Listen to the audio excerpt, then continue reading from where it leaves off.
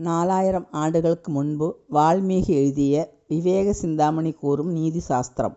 கருத்து: அன்புடைமை பாடல் கொண்ட நற்கலைகளோடும் குணமில்லாக் கோதைமாரைக் கண்டு விண்டிருப்பதல்லாத்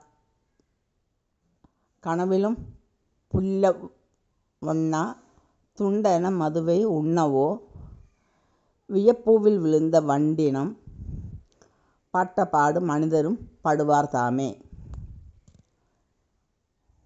விளக்கம்: அருமையான நல்ல பல கலைகளையும் வித்தைகளையும் கற்றிருந்தும் குணமில்லாது இருக்கக்கூடிய பெண்களை கவனித்து பார்த்து அவர்களை விளக்க வேண்டுமே தவிர கனவில் கூட அவர்களுடன் உறவு வைத்து கொள்ள வேண்டும் என்று எண்ணக்கூடாது.